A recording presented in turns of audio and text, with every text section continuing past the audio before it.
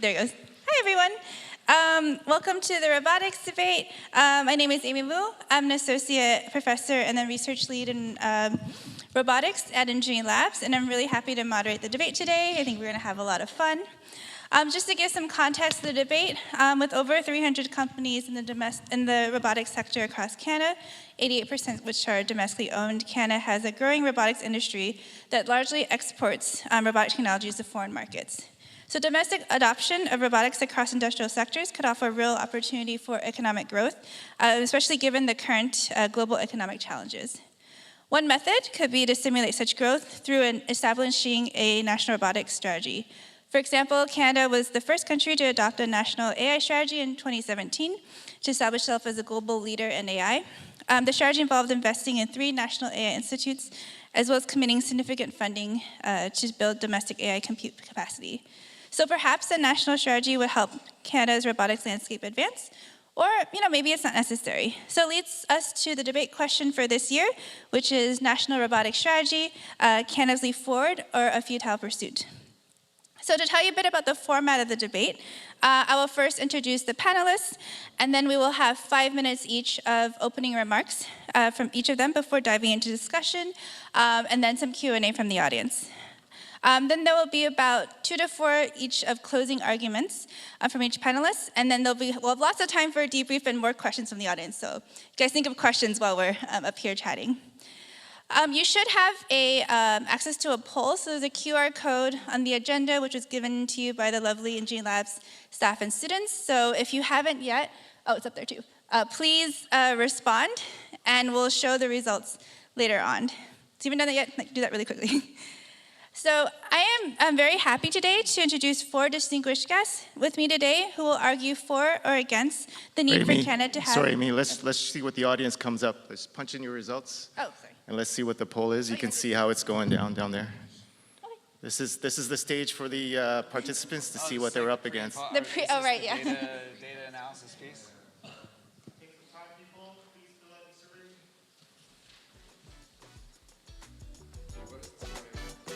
100%. Is that reading? Sorry, behind me. You guys want a national robotics strategy? Oh, we know who won, John.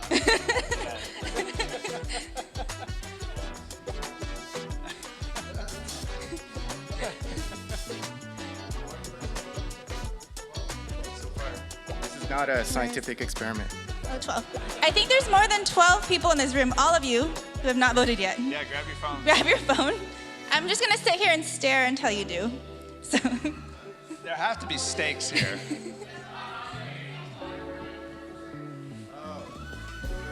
Jesse, can you refresh, please? I think there's more responses.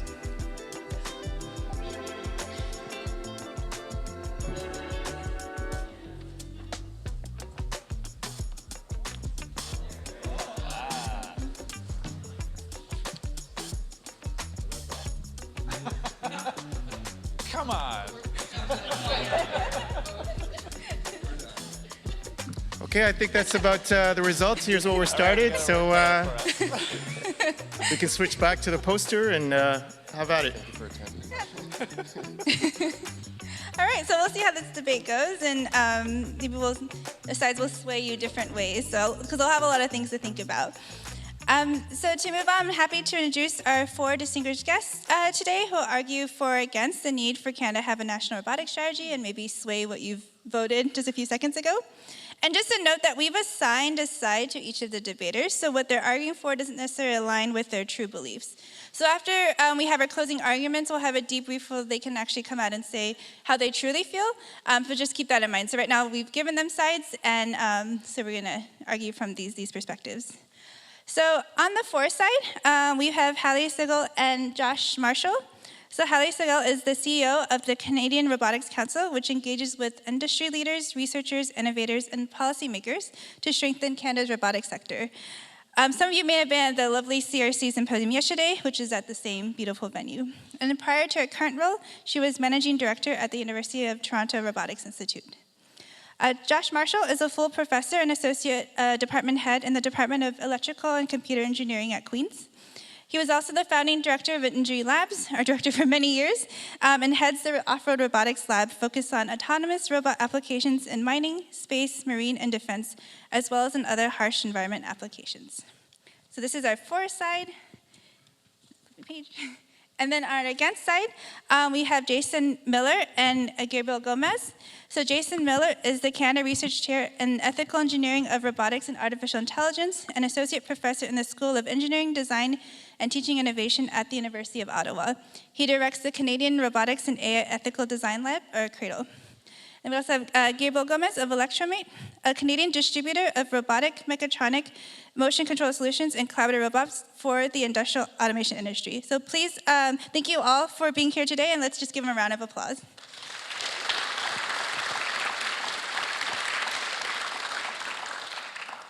So I mentioned before, we're going to start with our opening arguments. So each person will have 5 minutes to give their argument, and we're going to start with the against side with Jason. Well, thank you. I mean, this is a very chill debate setup here. You know, sitting in these nice, comfy chairs, just relaxed. I was kind of expecting podiums facing each other so that we could just, you know, see each other face to face, smell each other's breath, like really get into it. But this will do. I mean, this is a friendly debate. First, I want to thank the organizers of the debate and to the CRC for organizing a great meeting yesterday. I really enjoyed that. Round of applause for that. And for Ingenuity Labs for hosting us here today. So we are here to consider the idea of pursuing a Canadian national robotics strategy and to answer the question whether such a national strategy would be a great leap forward for Canada or an exercise in futility. Now, when I was asked to participate in this debate, I was assigned to argue that a national robotic strategy is futile. And if I'm being honest, I was worried that it would be a hard case to make. I mean, how could coming together as a nation to pursue a common goal with clear strategy be anything other than a great leap forward? Well, my role here is to offer a strong argument that it's futile, if only to point to some risks that such a strategy poses to the Canadian robotics ecosystem, so we can mitigate them. But the position that I'm asking you to consider is simple. A Canadian robotics strategy would likely be worse than futile. It would harm our future prospects in the sector and undermine the goals to which the Canadian Robotics Council is so rightly committed. The danger I'd like to raise is that a national robotics strategy will artificially create tunnel vision among funders, investors, researchers, and private sector actors over a fixed policy cycle, which is quite artificial. This is a problem in a rapidly evolving technological sector where opportunities are seized by those with the freedom to rapidly refocus and reprioritize in response to unanticipated shifts in the landscape. So how does this work? A national robotics strategy, by definition, as I understand it, establishes a fixed list of priorities over a period of time. Let's just call that the policy horizon. This is a policy exercise. Let's say it's, maybe 5 years. It's a typical kind of policy horizon. In doing so, a strategy guides and constrains funding agencies who align their programs to respond to the priorities. It also constrains universities and other research institutions as they act to align their own priorities with the strategy. Furthermore, researchers, those of us attempting to stay nimble on technological issues, are constrained by the strategy as we align our research projects with the list of priorities. Finally, companies who fit within the list of priorities are seen as safer investment bets than those pursuing research applications or markets that fall outside of the strategy. All of this incentivizes them to align with the strategy or risk investment losses. Now, for a sector that sees that there are opportunities in growth, having a fixed list of priorities could appear to help in the short term, and I think that's the state we're in. The reason we're coming together to discuss this. There's a perceived opportunity for growth if we have something like a set of priorities. A strategy can get an industry off the ground, perhaps, but these strategies, because they constrain activity within the sector for the duration of the programs they establish for that policy horizon, they constrain it through funding policies or otherwise, that can reduce the incentive to remain nimble to these kind of opportunities that come up. So I'll technological technology sectors, the opportunities that emerge that researchers or private sector actors can seize to establish positions of leadership or market share, those opportunities don't necessarily emerge aligned with the priorities of the strategy or in the time frame established by the strategy while everybody's focused on those priorities. So I'm going to use the Pan-Canadian AI strategy as an example of how this plays out. And of course, I'm making all sorts of enemies today, I feel like. So that strategy emerged in 2017 and prioritized research at 3 national AI research institutes who primarily specialize in fundamental AI research, not commercialization. As a result, AI funding, by and large, went to groups studying fundamental questions in AI, that is, math, architectures, algorithms. Commercialization, unfortunately, did not emerge as a priority until about 5 years later, as I understand it. In this case, the 5 years was roughly the policy cycle that fixed the activity within that sector from 2017 until they revised it. But by then, the AI institutes were established and powerful. We were feeding large US corporations with talent, but AI commercialization was and still is lagging in Canada by all the measures that I've seen, and we've seen these emerge recently, that this is a problem. Canada's falling behind other G7 nations in adoption and commercialization. So in 2017, fundamental research priorities might have seemed like safe bets. AI was still by and large proving itself as a technology. So it's hard to believe. It was only, only a few years ago. Few companies had adopted it, few were at scale.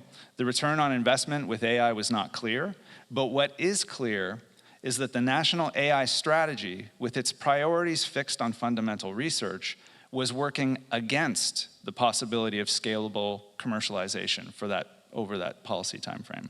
So all the while, the AI strategy was fueling the development of one of the most profound technological breakthroughs in our history. In November 2022, so just at the end of this time cycle, an unexpected product called ChatGPT hit the market. We were unprepared to respond to the new commercialization opportunities.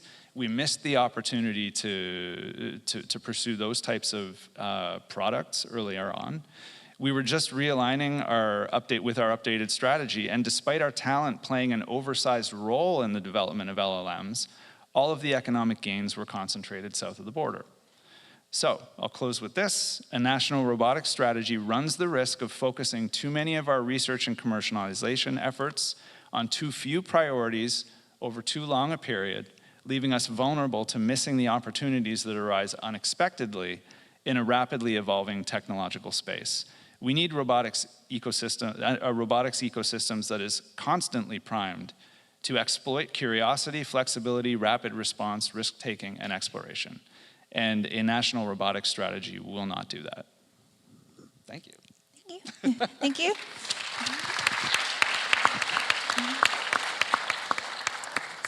So staying with the against side, Gabriel, for your opening remarks.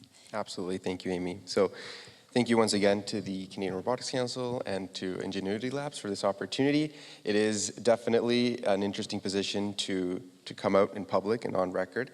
But yeah, so my position will be based on components, supplying components to Canadian OEMs that put together robots, so the world of hardware. So I'd like to start off by saying that while I'm not against a national robotic strategy, what I am against is putting together another policy that may or may not result in the outcomes that we're hoping for. So my goal isn't to block progress, it is to challenge the idea that if we do pursue such a strategy, we have to make it bulletproof. So we've already learned from the limitations of Canada's national AI strategy, as Jason just mentioned, which struggled to turn academic excellence into industrial results. And robotics is even hardware. They don't say hardware is hard for no reason. And because it's about physical hardware, it's not just about data or algorithms. Inventory has to live somewhere, and warehousing that in Canada is very expensive. Our industrial reality, our supply chain is not quite ready just yet.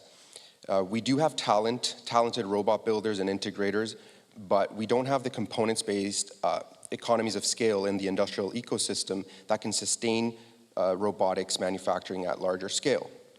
Other countries in Asia and Europe, they've spent decades building the supply chains for precision components such as motors, encoders, drives, sensors, gearboxes, all of the hardware that goes into these machines, which are the lifeblood of every robot.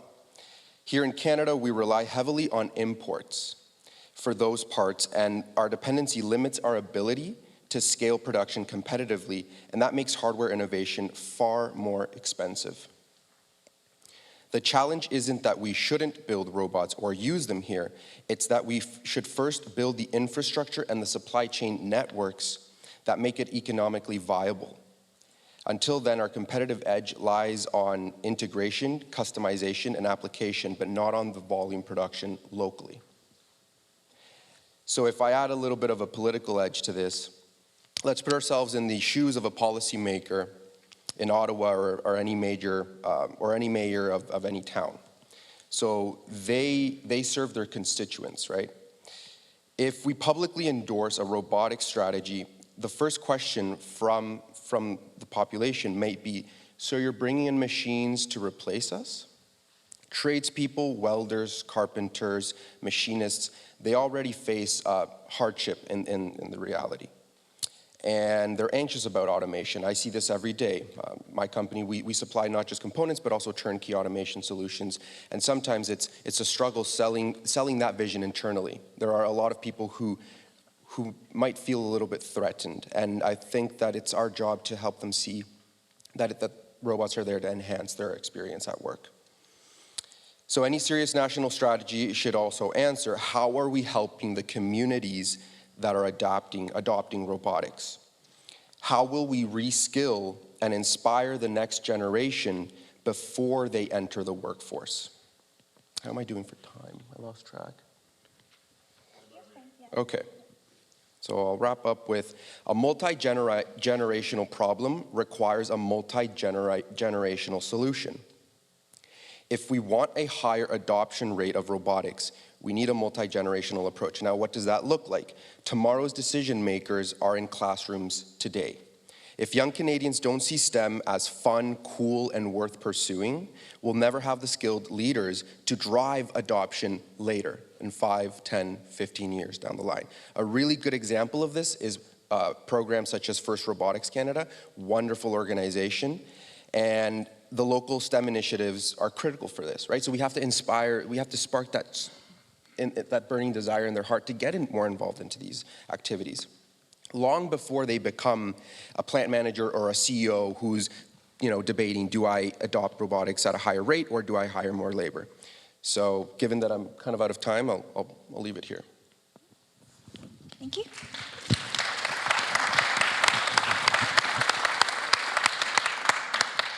All right, something to think about. So now we're going to move on to the for side. So let's hear opening arguments from Hallie, please. Okay. We have a quiet crisis brewing, and it's actually eroding the standard of living for every Canadian. Our GDP is falling behind our peers, and economists are now telling us that a key reason for this is chronic underinvestment in equipment and machinery. We don't have to understand all of that, but this is what, well, we tend to in this room, but the people are now hearing this, that our productivity crisis is in the mainstream news, and a big part of that is a chronic underinvestment in equipment and machinery.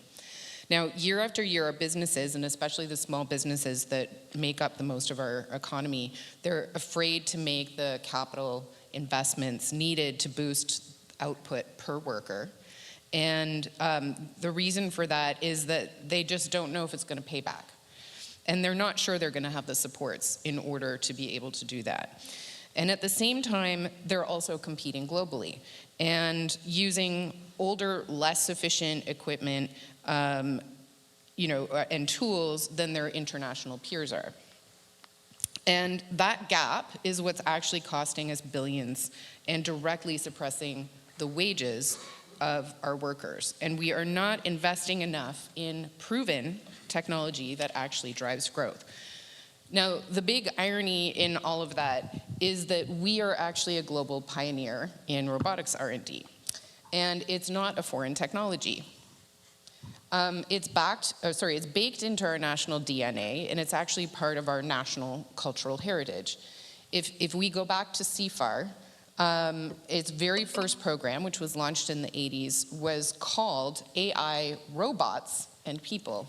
So AI, robots, and people were always all together a strategy as part of our deep R&D investments. And it was that early visionary investment actually that fueled a bunch of the research and talent that went into the Canada Space Arm.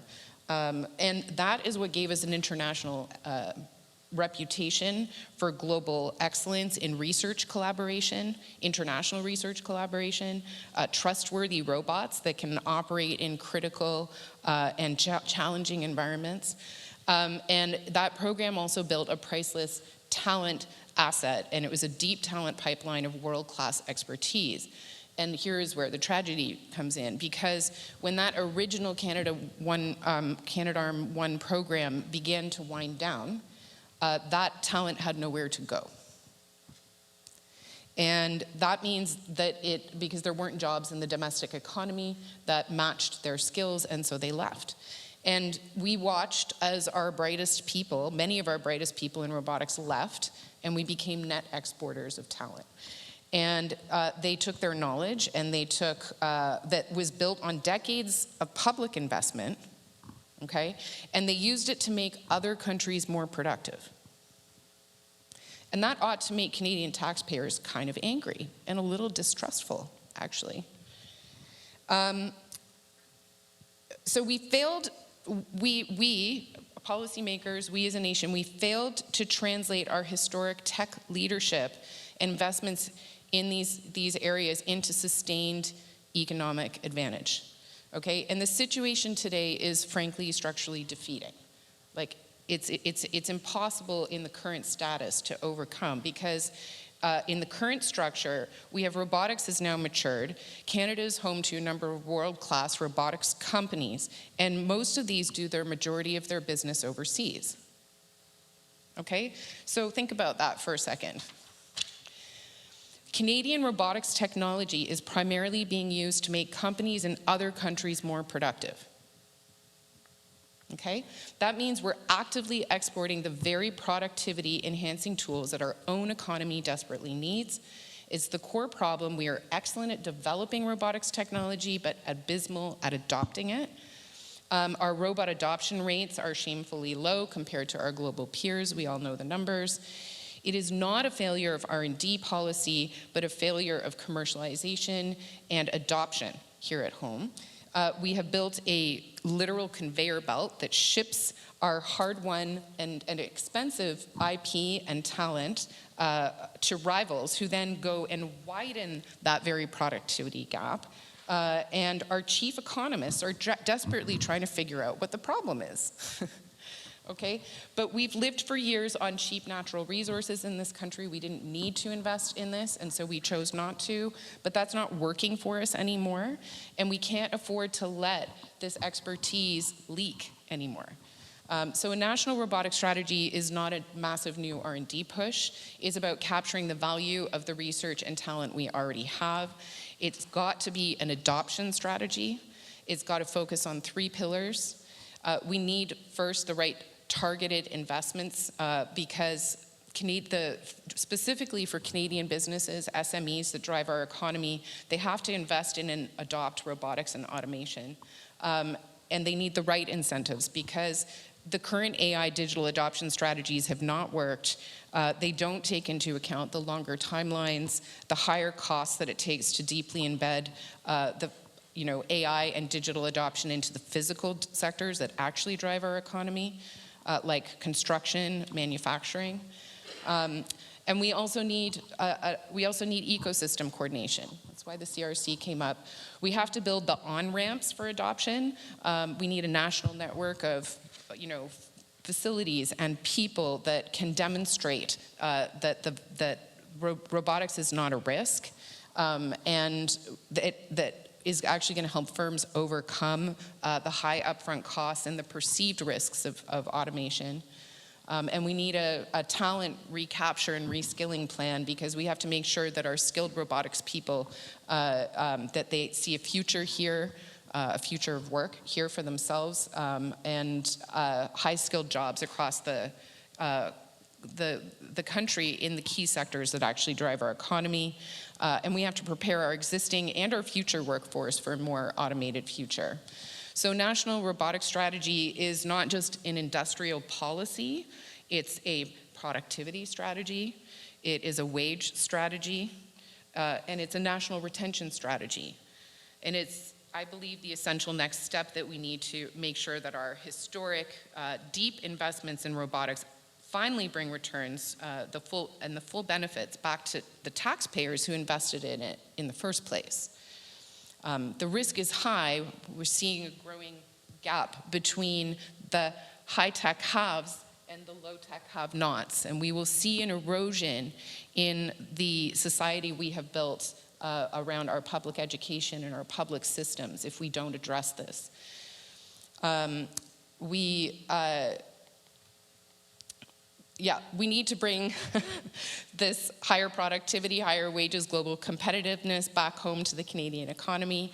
We can't keep taking the same fragmented wait-and-see approach and expecting something different to happen. It's not going to.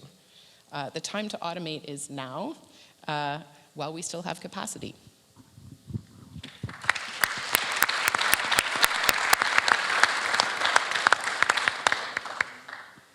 Thank you so much. Moving on to Josh. What she said. Quick 5 minutes. I'm done. Okay, whether we like it or not, the robotics era is already upon us.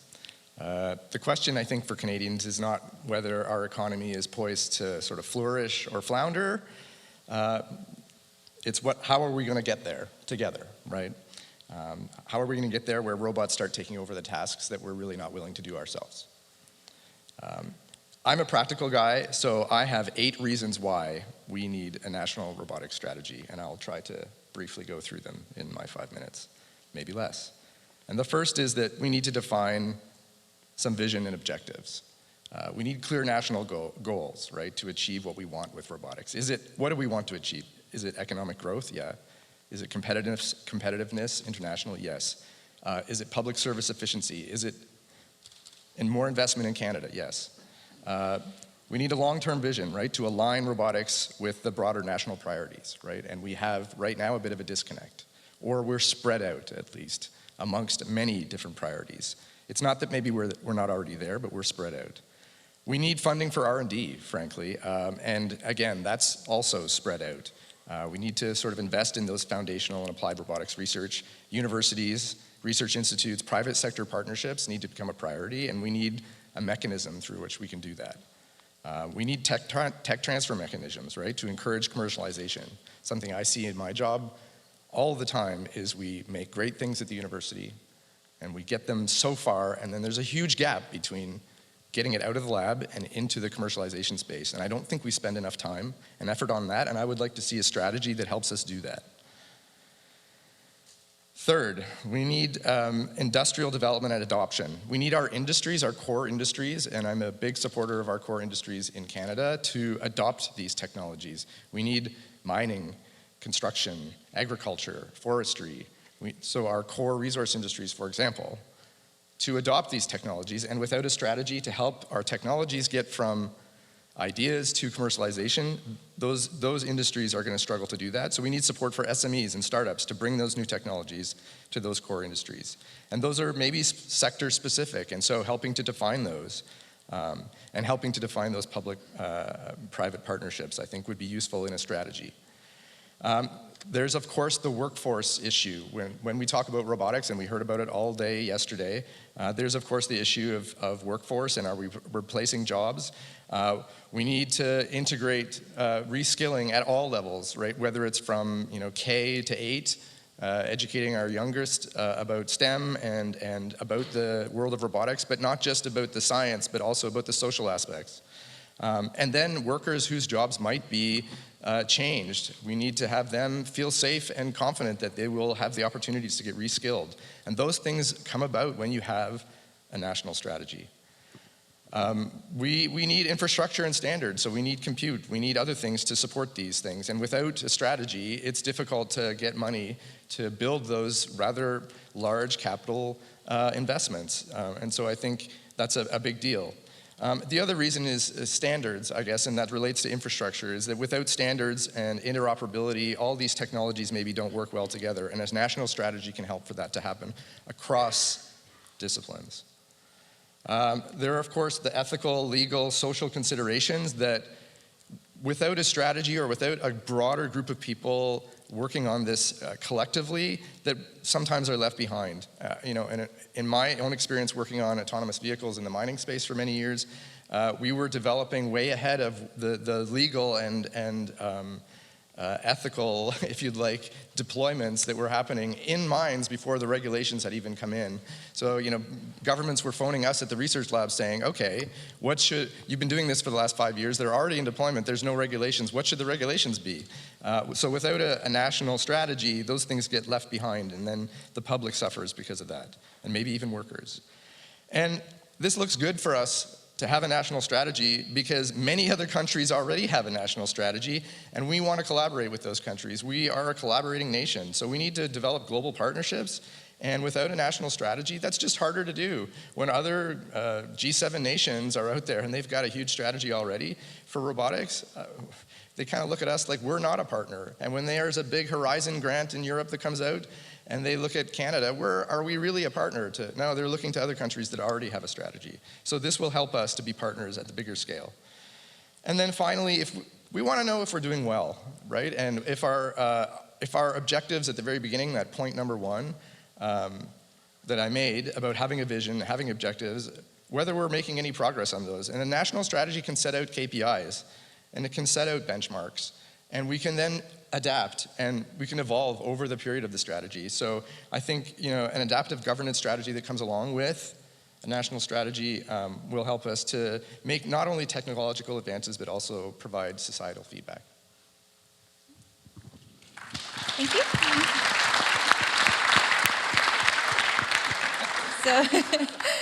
So you heard arguments from both sides. So we started with the against side, that having a national strategy would narrow, a list of priorities that might make it inflexible in terms of research and industry as well. Perhaps that we don't have the infrastructure or the supply chain ready yet to also do this, and so we need to think about training as well. And of course, you also heard the fourth side, where there's a lot of great historic Canadian advances in innovation, but we haven't capitalized it as well. Since we just heard from the for side, I wanted to turn to the against side and ask if you have any rebuttals to their opening arguments. So either of you. Sure. So I'll do my best to take them in turn. So, but I think both of you who are arguing for a national strategy raise a number of very useful and relevant points, right? Canada is currently ahead. We have great talent. These are not things that I'm questioning. Josh, you raised 8 points, like 8 reasons why we need it. To define some vision and objectives, align with local and national objectives, more R&D funding. The list. I have no problems with any of these. I guess my question is, why a national strategy as a solution for all these problems, right? A national strategy feels like a comfortable fix, right? But in Canada, something, we seem to, when we enter into the national strategy realm, like we did recently with the AI strategy, it just doesn't seem to have paid off the way that you're hoping a similar robotics strategy would, right? So this is my worry. We were and still in many ways lead in AI. We have incredible AI talent. We outpace globally on AI talent. We underperform after 8 years now, or 7 years of a strategy that we've been living under. Can I jump right? in? I mean, is this a? And these are the. Just give me a second. I don't want to be a trumpet. Like no. Where along? I stole your microphone. Oh, okay. Because I want to jump. Your microphone disappeared? I took it from you while you weren't looking. Yeah, no, so my worry is, and to Hallie's points, or to both of your points actually, who is it that you envision developing this national strategy? We're talking about federal funding, and federal mechanisms, as we've seen, just don't work. They operate on federal policy cycles. They tend to capture and dominate the conversation. They will tend to pick the winners. The money will go to things that are comfortable. They're very risk averse in Canada. We've seen that time and time again. This is why I would say, in many cases, have a lack of commercialization in these tech zones, or where we have tech sectors where we punch above our weight in most of them. So that's what I'll leave with you. I just worry about this capture on the federal side. And I'd like to hear more about who you would like to have at the table for this type of, to develop this type of national strategy. Is it going to fall under kind of federal jurisdiction? What's the plan here? So, yeah, if it's okay, I just kind of see if there's another rebuttal from Okay. you, and then you'll definitely have a chance. Yeah. No worries. So I'd like to comment on Hallie's comment regarding that we do indeed produce top talent out of Canada. But of those founders who do succeed, they either eventually sell to large corporations in the US or European firms, or they move entirely to another country where they take their IP, their headquarters, they go elsewhere. And that's not a lack of patriotism, it's a lack of incentives. So before we rally up a large national robotics strategy, should we not first address tax policies, access to capital, and the industrial infrastructure that eventually the lack of pushes our best minds to commercialize elsewhere? If our national robotics strategy does not fix this, then we're back to square one. It's not a robotics strategy, it's just another talent export pipeline. So I'd like to add that. Thank you. So yes, you guys can respond to that, please. I'll give you this mic. All right. There's been a few interesting points here that were raised, and I don't know how long I have to talk, so I'll see what I can do. Okay, first off, in your opening remarks, Jason, you talked about tunnel vision and an over focus, and I think this is a really valid point at some level, because actually, many of you are grant applicants. A lot of the big money these days is in these big transformational grants, and they want to solve these big critical challenges that we have that impact society. And up until pretty recently, it was ridiculously tone deaf to put a robotics first grant, because you don't solve the world's healthcare problems with robots, and you don't solve our housing crisis with robots. But when you have a productivity crisis, but because people are but people solve problems, not robots. And so we might know that this is like a path to get there, but the rest of the world is and we just couldn't get support. What's changed is that the productivity crisis is now mainstream news. And the tunnel vision that we had that was very tone deaf, we can actually come forward and be offering a solution. Hey, you have a problem? Robots can help with that. You have a productivity problem, robots, a workforce shortage crisis that we've been waiting for you to notice is going to come down the pipeline. Robots can help with that. So we're now at a moment where we can offer that solution where we couldn't be before, and the tunnel vision or perceived tone deafness is it was valid then, and now I think we have this window of opportunity. So I'll say that. The next piece, you talked about okay, why a robotic strategy? Well, we have an AI strategy, and that's great. That's another argument for why not. We don't need one because we already have a manufacturing strategy. We already have an AI strategy. But what we're talking about is a framework of strategies that the country has, right? And I'm talking about a core piece of it that's missing. So yes, we need an infrastructure strategy, and yes, we need but we already have these other strategies. And, the risk is when there's a missing piece, the rest of the parts don't work so well, okay? One of the things that we talked a lot about yesterday as we were preparing. With an AI strategy alone, I actually think the risk is very high that we will worsen the problems, because if we have tons of money available and we all know that incumbents have an easier time uptaking technology than startups do, and smaller companies do. The AI that they adopt will only reinforce existing business patterns and existing structures. It will not change, it will not take us towards the transformational change that we need to be dealing with the climate crisis and global challenges. So if we actually want to do this, we have to be also investing in these other pieces that will complement. There's probably a lot more I could say, but I'm gonna let my partner jump in. I am not going to be as diplomatic as Hallie. So to Jason, so if I understood correctly, if we had not had an AI strategy, then the economic benefits of AI, which we are claiming have existed or have been developed so far, would not have happened in the US, it would have happened here.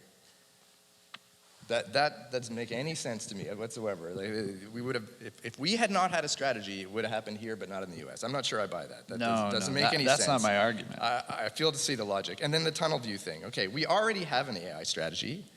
We already have a quantum strategy. We already have a space strategy. This is the game, to have a strategy, right?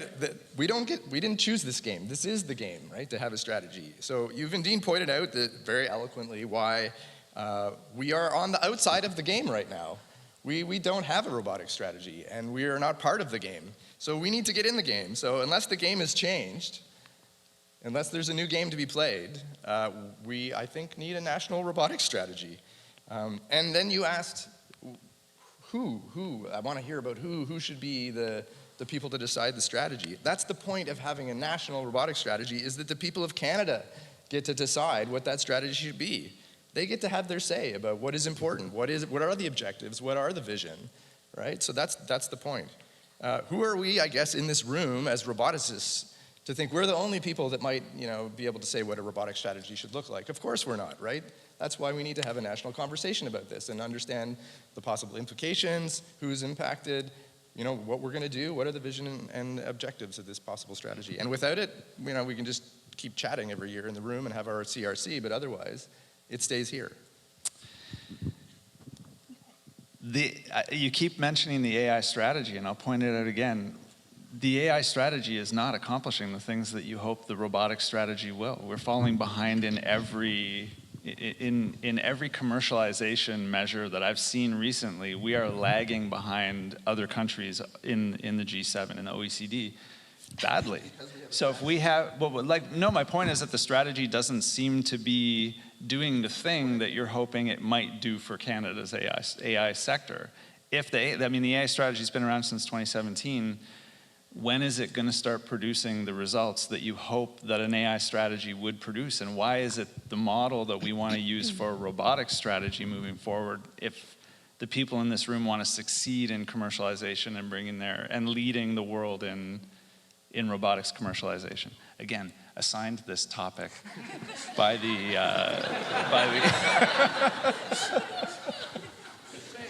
but I want to see the manufacturing is Canadian leading in manufacturing. We have a manufacturing strategy. Where's the evidence? And also the idea that the Canadians are going to decide the strategy. Canadians did not, as far as I know, decide the AI strategy. This is not something that happened.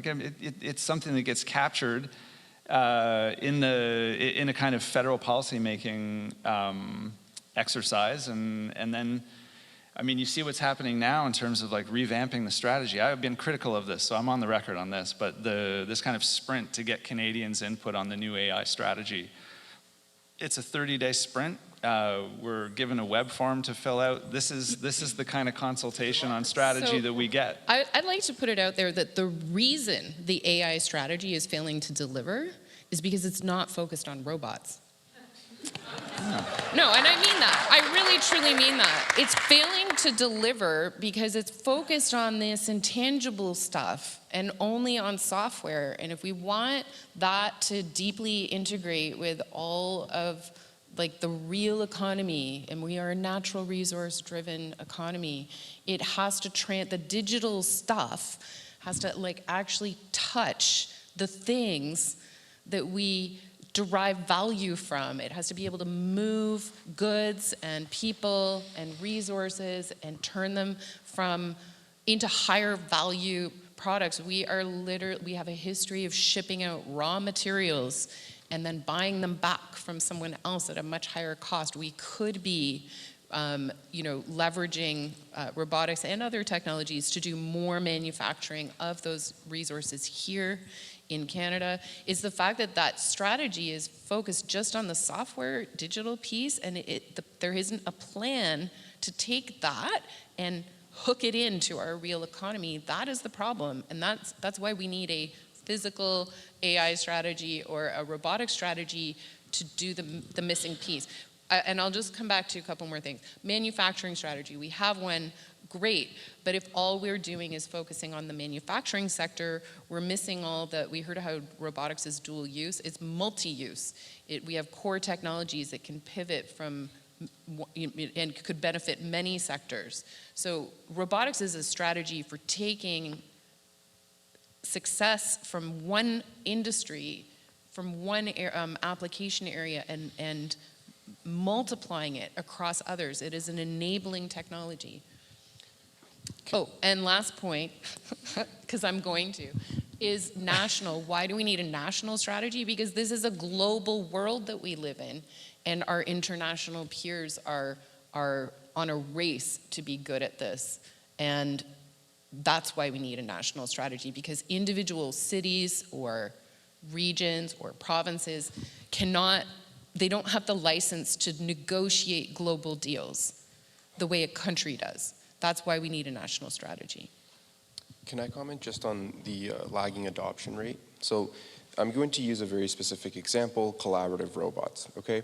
So collaborative robot is a type of industrial robot that is safer to be used close by humans. Okay, the whole idea of deploying a collaborative robot is because the organization's existing staff can already train and program the robot. Okay, let's just say you buy a cobot and it's a sanding application for a woodworking company.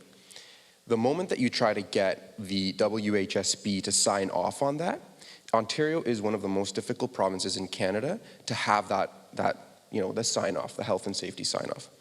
What happens then is that the auditor considers that no longer a collaborative robot, but they have to consider the whole application collaborative, which then you have to install safety barriers and all of this other technology, which then makes industrial robots more economically attractive. But then for an industrial robot, say a large FANUC, KUKA, ABB, you then have to hire a roboticist or an integration company. So you've removed entirely, because of the very strict laws that protect workers, which I'm all for, in terms of health and safety, you've now added an extra layer of adoption. You just went around in circle and you're back to peg one. You did not deploy that robot because law here protects in terms of health and safety, and then you thought that it'd be easy to deploy a robot in your facility. You explored the opportunity because you went to a trade show in the US and everybody's using cobots down there. Then you come home and then you realize, oh my gosh, it's gonna cost me 5 times more just because I have to go through all of these, meet all this criteria to make the whole application collaborative. So in terms of adoption rate there, we would have to, before we start promoting robots, we'd have to look at why are we in part not embracing collaborative robots which are developed to be easier to install for end users. So yeah, this would be helps with a strategy. So, but we have to address that before. Like, you just start a strategy and... It's part of the strategy, right? You start discussions. Yeah, so you have compelling arguments on both sides, I think we all agree on the issues that we have, right? Training, reskilling, having more domestic adoption, how do we do that? Whether it should be a national strategy to help get everything together, or we have a lot of fundamental problems that we haven't addressed yet, and perhaps a national strategy is actually going to hurt us in the end. I wanted to take one question, at least from the audience, for our debaters, while we're still in this, for against format. So I think we have runners back there with a mic. I think Jenny is back there. So if you, and Nikita. So if you could raise your hand if you have a question. If there's one back there, yeah. Hello. Okay. Thanks. The panel, I think yes and no. They basically all agreeing on a strategy of some sort. It's only a question of the details. My question is, Canada at one point had a high-tech sector that was the top of the world in the 80s and 90s with the telecom sector. If that Nortel, which embodied that, if they had continued, today's wireless stations all over the world would be mostly labeled Nortel. So, but that hasn't happened. So Canada, we all complain about national strategies, but there was a lack of one in the sense of saving Canada's future in tech. I want to ask a question about, based on Holly's point about having a physical embodiment. For example, if the telecom sector had been around, we would have IoT, which has all these hardware that would be an embodiment of AI, right? So right now, we don't really have a sort of forward-looking tech sector that can give that physical embodiment so that Canada can, in certain tech sector, be on top of the world. You need the scalability to dominate, right? Two smaller countries like Sweden, for example, still has Ericsson, smaller than Canada. Nokia, Finland, much smaller than Canada, and they're still there.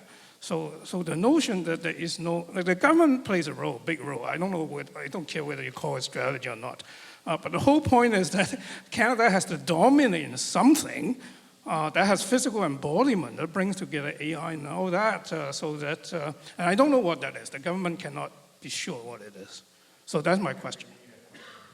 Sorry, what was your question? I'm sorry, maybe someone else got it. But. My question is, what do you see as the way the government can formulate its strategies to promote the growth or the emergence of some physical embodiment of AI and robotics, and yet not pick the winner because the government wouldn't know what it is anyway.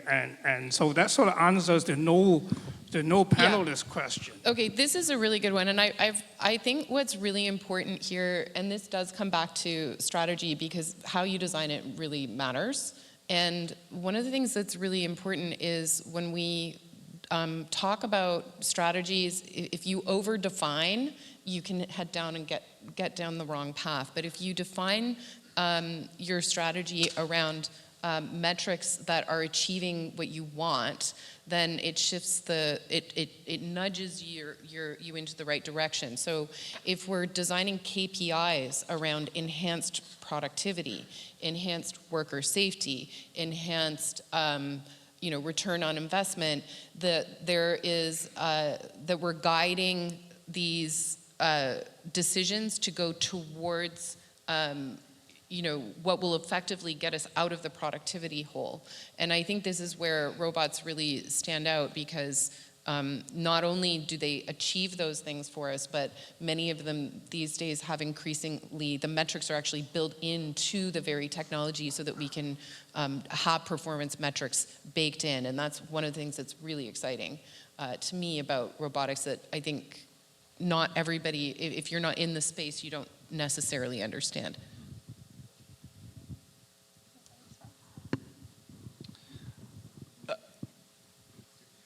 Response to, I don't have a particular response to the question. Yeah, right. I mean.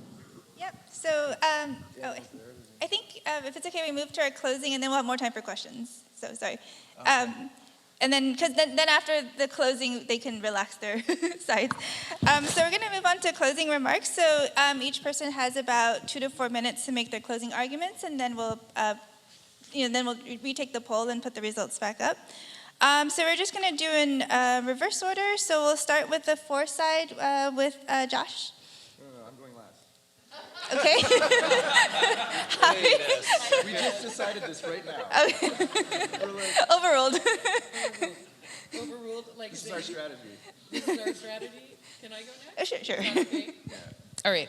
So the big arguments that I think I hear today and also in general for why we shouldn't have one is, okay, number one, we don't need one. We already have an AI strategy. We already have an advanced manufacturing strategy. And the argument there is that we do, and they're not delivering or not delivering as much as they could because robotics is missing as an enabling technology in that. I'm not going to go into the reasons why. I think I covered that earlier. Okay, the next one is it's expensive. So we're already behind and we won't do that. But here's what I would argue is that we don't actually really need a lot of new money out there. We have dedicated funding that is coming in for a national AI strategy. A portion of that can and must be reasonably carved off to deal with the physical AI piece. And there's just been a huge new boost in defense spending, much of which is earmarked for dual-use technologies and specifically for robotics and autonomous systems. Now, if our defense industrial strategy is designed in such a way that the metrics for its performance include looking at our productivity and economic defense as being as critical as sort of traditional definitions of defense, and this is how some other countries have designed their military spending investments, then again, there should be dollars there that would support the transfer of dual-use technologies into other parts of our sector, into other parts of our economy that are not, that are essentially civilian-based applications. And the last one that I hear is the defeatist one, that is like, well, we shouldn't bother. Like, we should just give up because other countries are ahead or because they've already got their hard tech sectors or because it's not worth the effort. But I think that's really depressing because we have a bunch of global challenges that are coming down the pipeline and we desperately need technology to help us solve those challenges. Robots can't solve all of them, but they will help us solve many of them. And if we don't develop that technology here and we don't become expert users of it here, we will not be able to take advantage of that. And so I view a strategy as actually the only reasonable, hopeful thing. People are worried about the existential threat of these technologies and because they're scared and they don't understand. If we don't have a deliberate strategy to address that, I don't think there's a great hope for the future of Canada. I actually believe we need a strategy because it's the most hopeful thing that we can do for our nation. Thank you. Josh? Are you not going to alternate? Do you want me to alternate? Yeah. You want to alternate? You want to go? You want to go very last? Okay. Yeah, I was Gabriel, please. Sure, I'll go next. I'll go after Josh. Okay. So to tie this together, my position here, which just as Jason has mentioned, we were assigned this poll, which is a tricky one.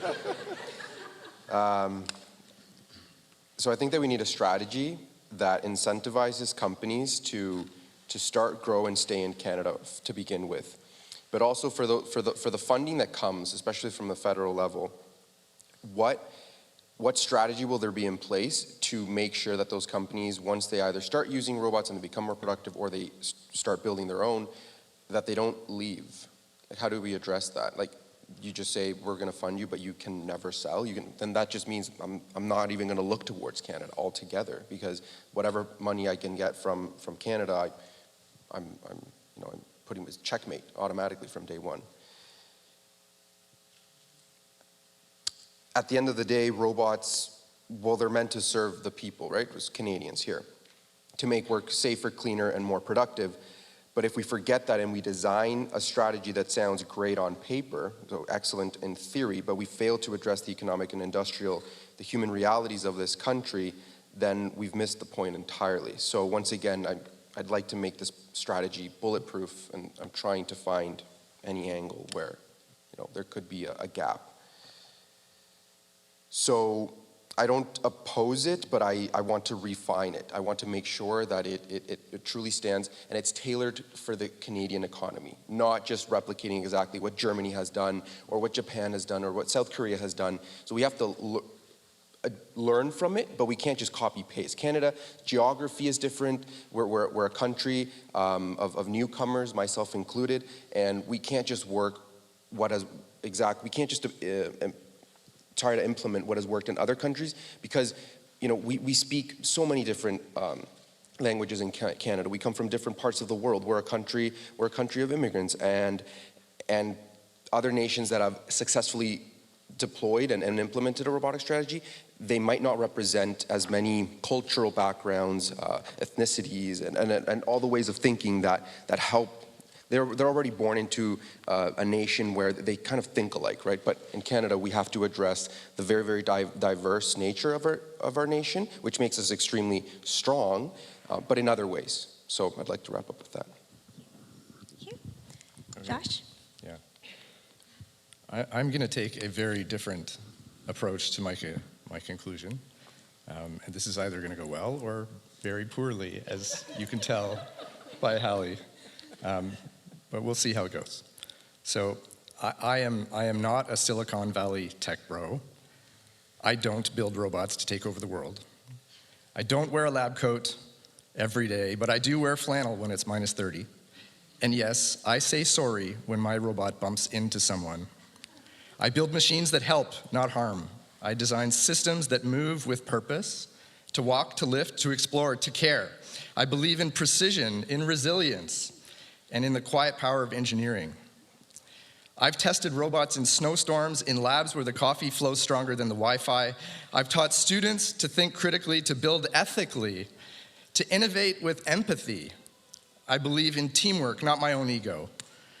In collaboration, in open collaboration, not closed competition, in hockey, maple syrup, and the metric system. I know that a robot can be polite because I programmed it that way. I'm a researcher, I'm an inventor, I'm a maker, and I am Josh. I am a Canadian roboticist, and I think we need a Canadian robotics strategy.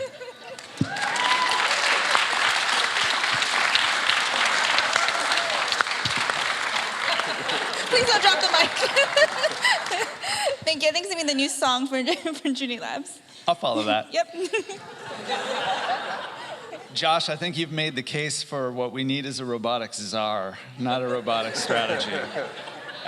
Look, I am absolutely sympathetic to all of the cases that you make for why for the need for Canadian robotics researchers and companies to succeed. The fact that we have the talent, that something's missing.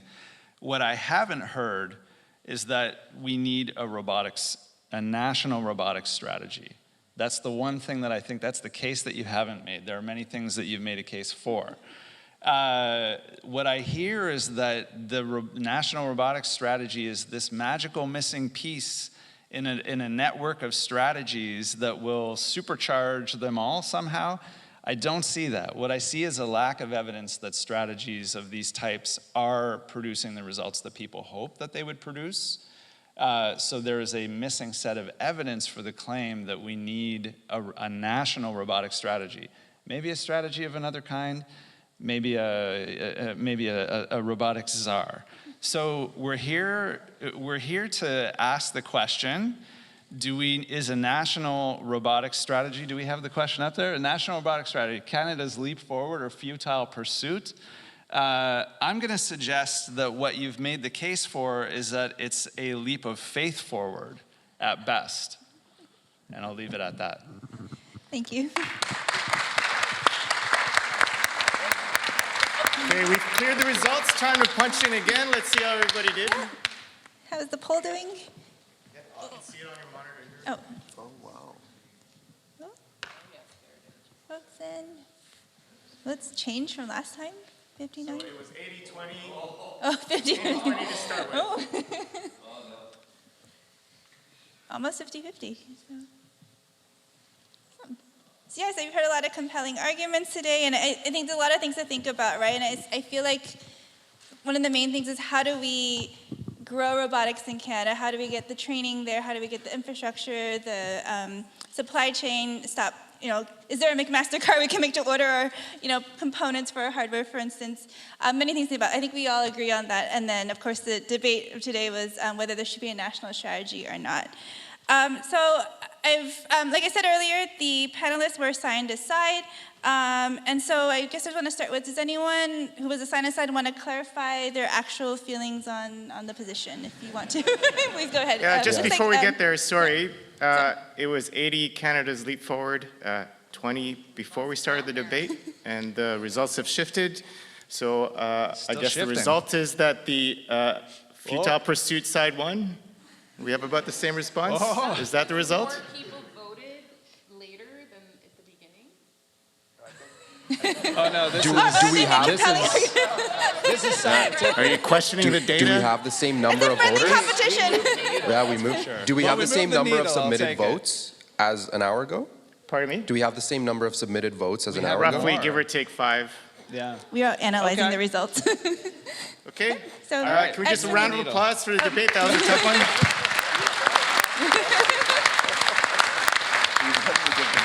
We had our work cut out for us. In a room full of roboticists. Yeah. So I just want to, I think Gabriel, you had something to, Sure, yeah, just to go on record and clear my name, of course I support a national robotic strategy. As I mentioned at the beginning, I believe in it so much that I want to make sure that it's bulletproof once we go out there, once we go public with it, right? So all of this, very friendly environment. Hallie knows that I support her in every way that I can. So it's all camaraderie, right? It's friendly. I try to make sure that.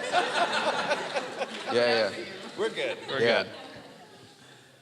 Yeah, no, so I feel like we need to defend our position like more than so no, I mean, look, the point of a debate, and I don't think we do this often enough anymore, is that we need to, make as strong an argument on both sides of the case in order to figure out how to, if we're going to pursue something like a national robotics strategy, what are the risks associated with with a type of strategy like that?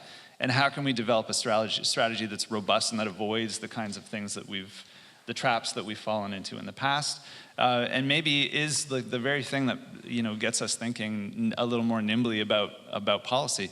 I mean, look, I don't know. Is this being recorded, or is this going to be on YouTube tomorrow? I hope this part is going to be on YouTube as well then, because I work with the federal government all the time on policy issues around AI. And I believe in these things. I believe that policy has an important role to play in all of these economic debates.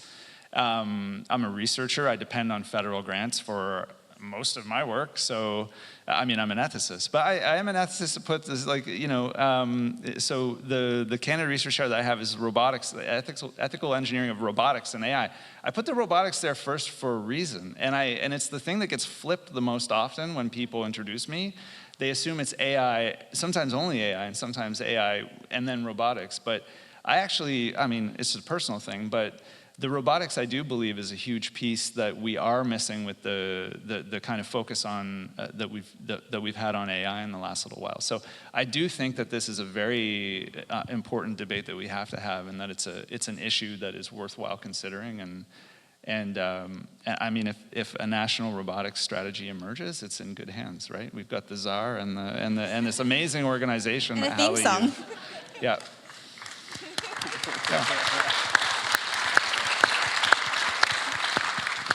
I think I'll just add that, I think the reason this question came up is because if we are thinking about a national strategy, the last thing we want it to be is a futile pursuit. And kudos to the against side for bringing up those issues, right? I think that is the point of the debate. I don't think it's inherently a futile pursuit, but we don't want it to become a futile pursuit, right? And so how we go about it is hugely important. And just seeing the people at for those of you who know us, we all have very different backgrounds and very different expertise, and I think this is how it happens, is it doesn't become a futile pursuit if we keep getting together like this, right? So. Yeah, well, first of all, thank you so much actually for organizing this, because I think as a community, we all need to get better at understanding what are the core, like why do we need one, and what's important about it, and to be able to put it in language that's easily accessible and understood. And so the rehearsal space is really important. So thank you so much for that. I think that we're quickly, and I hope we're quickly getting to a point where we have to stop talking about the need for a strategy, and we actually have to start saying what it looks like. Because I think the expectations are that we actually have to move into like what's in it, and so Gabe, I actually appreciated that you were like jumping ahead a little about like, well, what, like a strategy is nice, but what's in it, and it has to be the right stuff.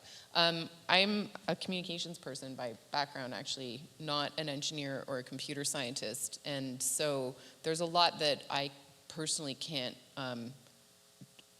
like it's not my job to go say exactly what should be in it. It should be the business leader. Like I know it should never be me anyway. But what I'm saying is these things do sit in a lot of different places. But there's a value around communication because it serves as a signal, and then to others that this is a priority and it's important.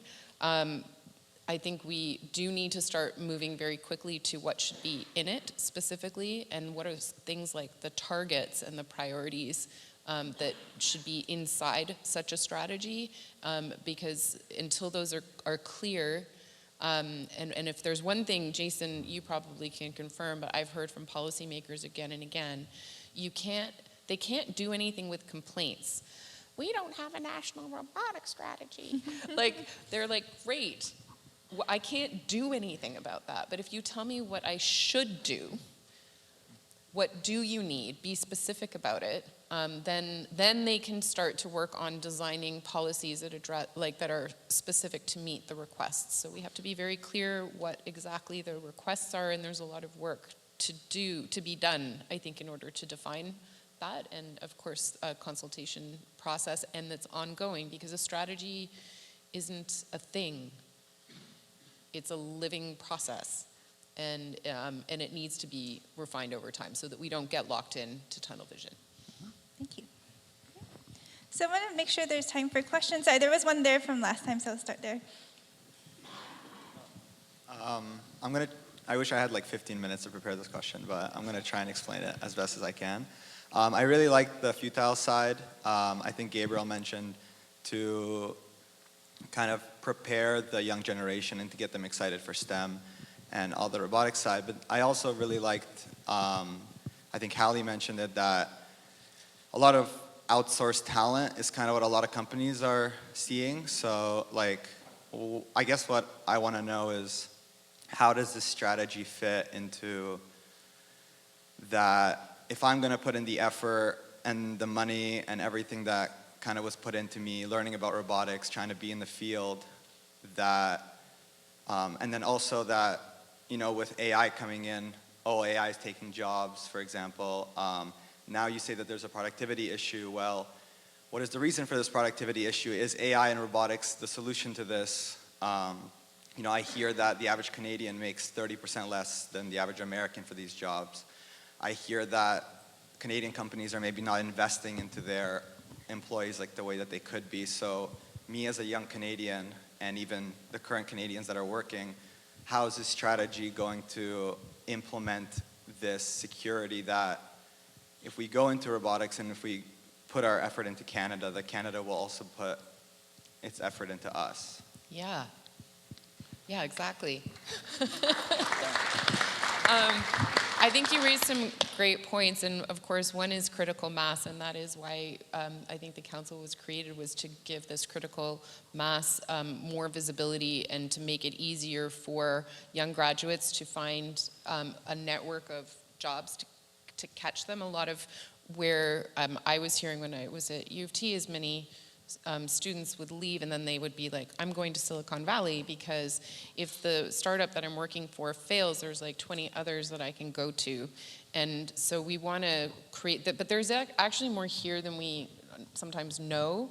And so part of the council was like, we're spread out. So unlike, you won't find everybody in one concentrated place. So we actually need a national network in order to find each other. It's like the phone book or the switchboard where we go, you know, this person in this city can connect with somebody in a similar domain in a different region. There was some other thing I wanted to say and I blanked on it.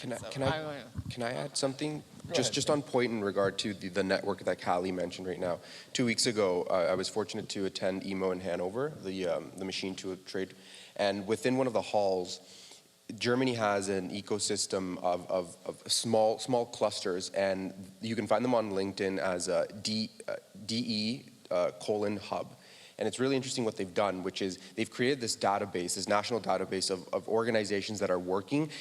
They can find each other if they choose so. So there's a central spot where all of these startups, and I made a note to share this with you, Hallie. I made a recent LinkedIn post about there's something that we can learn and then adapt it to the Canadian so that it works in Canada. So that's something that you can look online. It's part of the German Economic Development Council.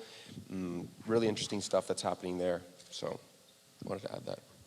And I remembered what I was going to say. Can I jump in and just address, because you raised that other issue about robots and AI taking people's jobs. And this is another reason why we need a strategy, actually. So StatsCan did do a study. It's online. You can look for it. They looked at Canadian firms over a period of 10 years, which ones adopted robots and which ones didn't. They did it was like a pre-post study, and what they found was that firms that adopted robots grew their workforce by, don't quote me on it, but something in the order of 20%, some significant number. And it was because they were more productive, and then they were able to grow, and then they were able to hire more people.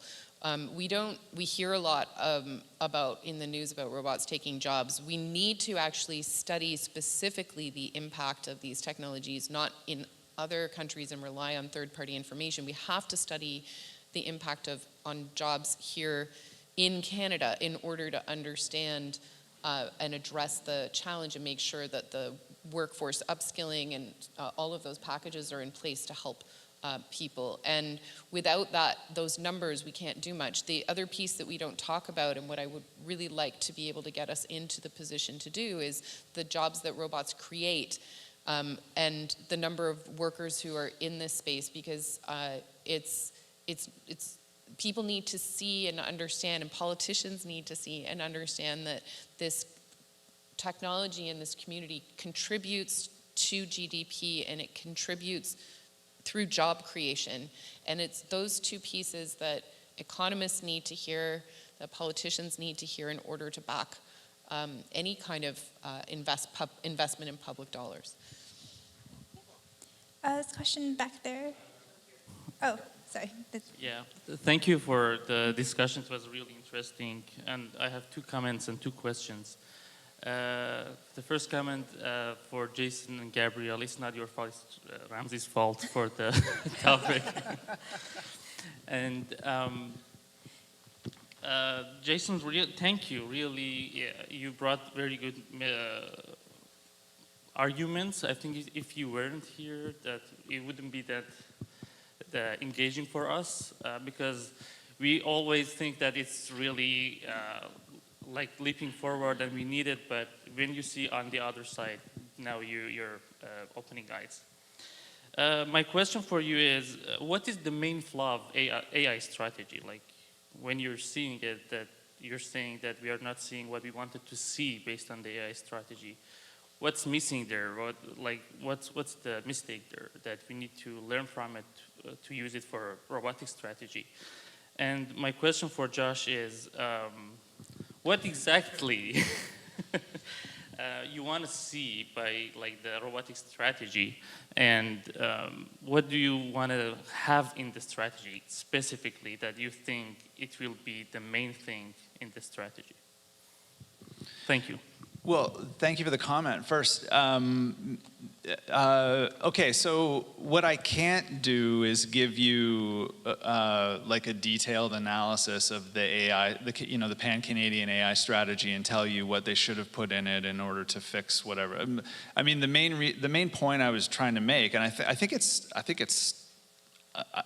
a valid point, and I think this is why they're revising it and why they're revising it the Canadian government is revising it in light of the current the emerging statistics that we're seeing, is that whatever's going on with the pan-Canadian AI strategy, it has delivered on some promises but failed to deliver on other promises. So that's not going to satisfy your question, which is like what should have been in there. I mean, I point to a couple of things, and again, I don't want to suggest that this is the critical flaw in the strategy, but the original strategy did focus on it picked some. It focused on fundamental AI research because that's what Canada was kind of killing it in. Like, I mean, we still do. I mean, we are amazing at fundamental AI research. On the application side, we lag, right? So the pan-Canadian AI strategy, as I understood it at the time and as I understood it and as I understand it now, looking back, really doubled down on the type of research that got us to a position of leadership on like how to create, again, I'm not a technical, like how to make the algorithms, right? Like the math and science that goes into deep learning and things like that. That was our kind of research bread and butter. And so what we saw was pouring lots of money into more of that type of research. Now, again, I don't want to suggest that focusing on that was the sole reason that we haven't been able to commercialize. We aren't like it's a I was when I graduated in the 90s from my engineering program. We were talking then about how Canada struggles to commercialize. This is not a new story, right? Like this is sort of an ongoing thing that it's like our national identity. The Leafs never win, and we can't commercialize technology. I don't know what's the problem. Like we can't solve either of these problems, it seems. So yeah, I don't want to say that. But the other thing I do want to say is that, and this is just like this may be like related, but it has to do with I think a couple of the comments that came up and just the tone of this conversation. I think more and more, and what I love about this is that we really need, and I do this in the kind of the courses that I offer at the University of Ottawa. We really need to get engineers, computer scientists engaged in policy work more. They need to understand how policy works, what policy is, because it impacts us daily, right? It impacts engineers daily, whether it's through a lack of a kind of strategy and then wondering why strategies don't work. Engineers can't solve all the world's policy problems, but at least being more informed about how policy works and how to input into that system is like a critical skill that I think we are missing in educating our new generations of engineers. As an engineer, you only get to do that if you do it off the side of your plate as a kind of hobby almost. So I think it's something that we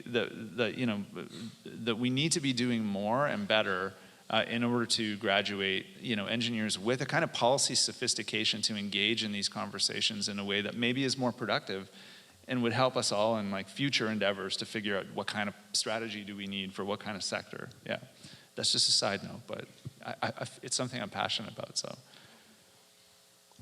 I think there are other questions. And Sina, you're my PhD student, but I know you weren't listening when I outlined 8 things that I wanted to have in my strategy. And everyone else was listening, so I'm not going to repeat the 8 things. But I think we'll leave it to Scott at the back maybe. But yeah, I think I did point out 8 things, right? That I thought you were, did. I heard them. I'm gonna pass and give it to Scott. Thanks for the interesting discussion. I think a strategy is important. I think we have all these different strategies, but I think we need an overarching strategy in Canada. And this issue of we are still just a hewer of woods and exporter of oil and gas and energy. Until we start having a national strategy to add value to these resources, why are we importing furniture from IKEA from Sweden when we have all the wood here, right? Like, until we start doing this, this productivity, all we're going to do is help increase exporting our resources, right? So I think that overarching thing is this value added, how we're going to add that. Then you can have the productivity, all these pieces then fit in, the manufacturing and all that. But until we address that fundamental issue, I'm not sure the path Canada is going to be taking. Yeah, a strategy, I'd like to add to that, a strategy to revamp our industrial capacity. So bring back, like the factories that we once upon a time had, but we've over the past decades lost it. So I may have quickly mentioned, I'm not sure if I said it, but I had written it down, a national industrialization and innovation strategy that arches this, yeah. Thank you. Last question.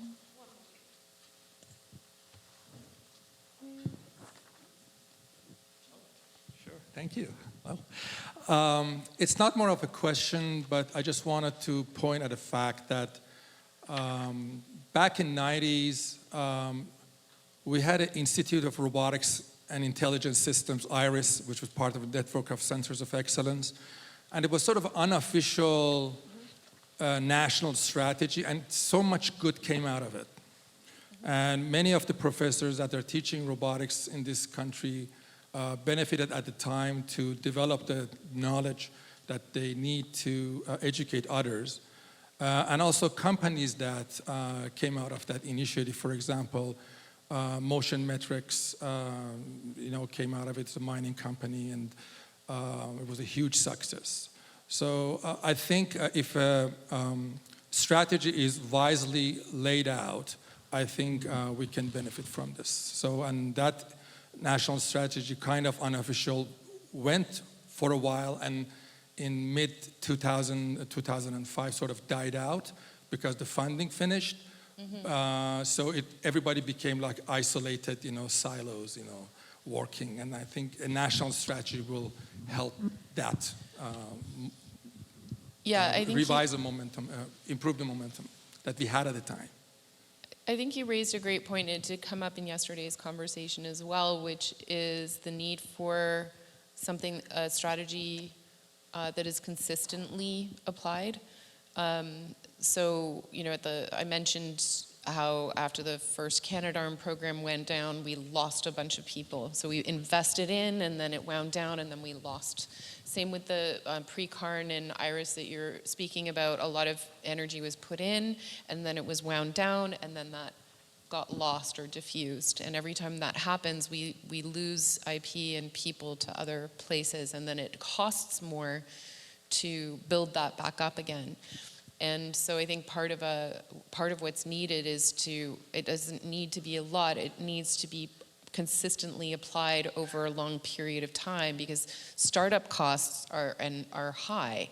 And we all know it's easier to keep something going once it's there than to have to constantly restart. It was rather unfortunate that those programs that you mentioned happened to wind down at exactly the same time as the rest of the world was waking up to the sudden lower costs. Like that was in 2007, I think, was when the last of those programs started to wind down. That was when the iPhone was about to come out and make batteries and GPS and all of those things much cheaper and much more affordable. And all these other countries were waking up to that, and that's when they started piling money in, just as we started taking our foot off the gas pedal. We had it there previously. We have to stop doing this. We just need to keep it steady. So I don't want to stand between you and lunch because it's a terrible place to be, so I wanted to close this session. But thank you all for joining us today on the robotics debate, National Robotics Strategy, Canada's Leap Forward, or Futile Pursuit. I hope you had a lot of fun, and thank you so much to the panelists. Please thank the panelists again. It was really great to have them.